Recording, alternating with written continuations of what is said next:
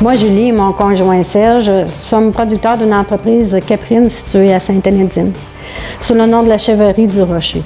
Notre troupeau est composé en majorité de Togambou et de quelques sans-noms pur sang enregistrés. Nous faisons de la classification par Canadian Goat Society. Je suis à temps plein sur l'entreprise depuis la première livraison de lait en mai 2010. Serge est à temps partiel en construction agricole depuis 3 ans.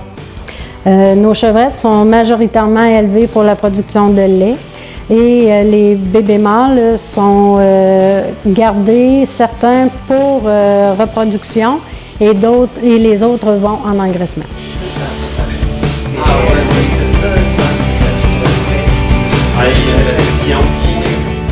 L'arthrite encéphalique caprine est une maladie insidieuse qui se développe lentement. Lorsque vous avez des manifestations cliniques, ça fait un bon bout de temps que le virus court et progresse dans le troupeau.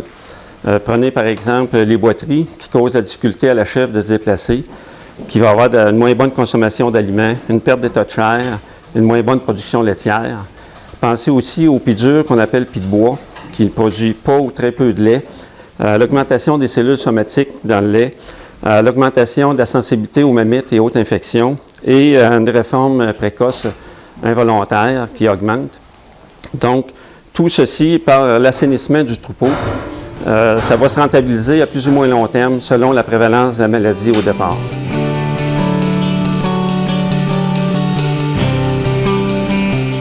En 2001, nous avons acheté 3 chèvres laitières gestantes.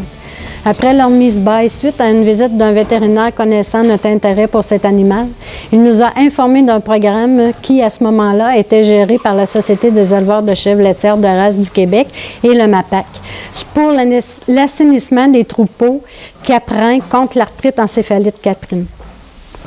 Nos chèvres avaient des gros genoux, des abcès caséeux et aussi des bas sous pied. Nous avons fait les démarches afin de mieux connaître les détails de ce programme pour les prochaines mises bas. Nos premiers résultats avec les animaux existants sont tous sortis positifs. Déterminés à poursuivre, étant donné le bien-dit de ce programme, nous avons mis en place le protocole vis-à-vis la naissance et aussi la désinfection des bâtiments et des équipements utilisés. Nos objectifs principaux étaient d'avoir des chèvres en meilleure santé, augmenter la production de lait, ce qui égalait la rentabilité. Premièrement, ici, Serge et Julie ont débuté par le retrait des chevrettes à la naissance pour se constituer une relève négative. Ça se réalise même avec des chèvres positives. Ils ont assisté aux naissances et retiré les chevreaux dès l'arrivée. Il faut éviter tout contact avec la mère, surtout empêcher la chèvre de lécher, nettoyer le visage parce que le virus peut se transmettre par la salive. Puis, les chevrettes sont nourries avec le colostrum thermisé, c'est-à-dire qui est chauffé à 56 degrés Celsius pendant 1 heure pour détruire le virus. Le lait en poudre prend le relais par la suite. Puis ici, les chevrettes sont gardées dans d'autres bâtiments jusqu'à mi-gestation. Pour les adultes, on a établi un plan d'action en 3 volets. Nous avons procédé au dépistage et identification des positives, fait une ségrégation et une réforme qui ne met pas la sécurité financière de l'entreprise en péril, évidemment. Selon les résultats, on sépare les 2 groupes pour éviter tout contact. On les distance d'au moins 3 mètres d'éloignement et on établit un ordre de traite. On met les négatives en premier et pour toute autre manipulation et traitement, c'est la même chose. Après ça, on utilise une aiguille seulement qu'une fois. Avoir certains outils, comme par exemple lance-capsule, pince à tatouage, pour chaque groupe. Sinon, bien les désinfecter entre chaque emploi. Puis, il faut penser aussi à la ventilation, au sens du déplacement de l'air, pour éviter la dispersion de gouttelettes contaminées vers des chèvres négatives. Et puis, pour les achats, ils sont effectués dans un troupeau sain, reconnu et certifié. On fait une quarantaine quand même et on continue une surveillance sérologique annuelle du troupeau. Lorsque le troupeau a atteint un niveau de risque très faible pendant un certain temps, c'est moins dommageable de ne pas assister aux mises bas pour retirer les chevreaux. Puis j'aimerais justement revenir sur les chevrettes pendant le processus d'assainissement, quand on retourne voir nos chevrettes dans la journée, ne pas oublier de se laver les mains.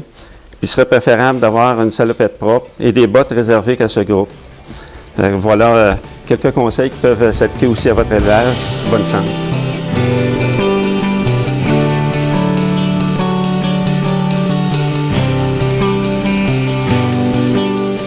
Nous, ici à la ferme, il n'y a pas d'impact négatif de retirer les chevreaux de sous la mer.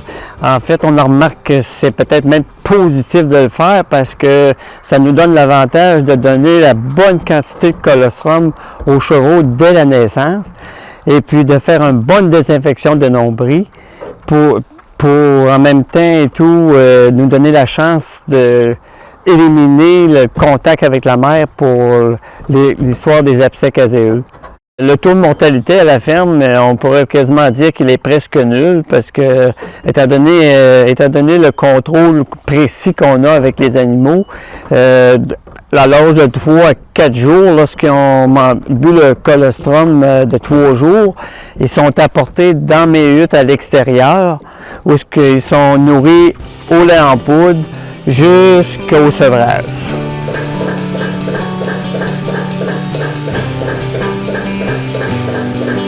Madame Anne Leboeuf, qui travaillait pour le CEPOC dans ces années-là, est une ressource première afin de bien comprendre le protocole à suivre.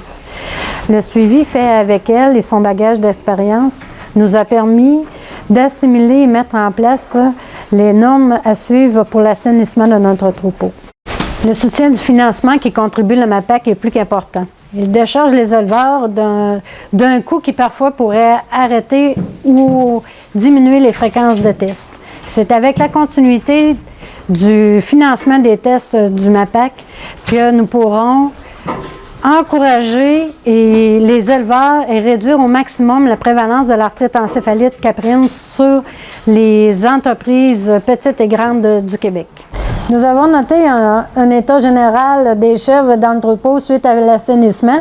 Ils demeurent en forme beaucoup plus longtemps. La production de lait peut s'échelonner sur plusieurs années. Plusieurs années, de 8 à 10 ans, facilement.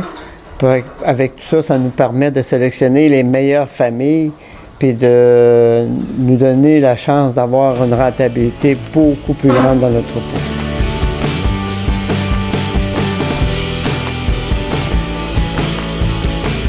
Bonjour, je me nomme Annie Daigneault et je suis médecin vétérinaire pratiquant principalement dans les animaux de consommation en Montérégie.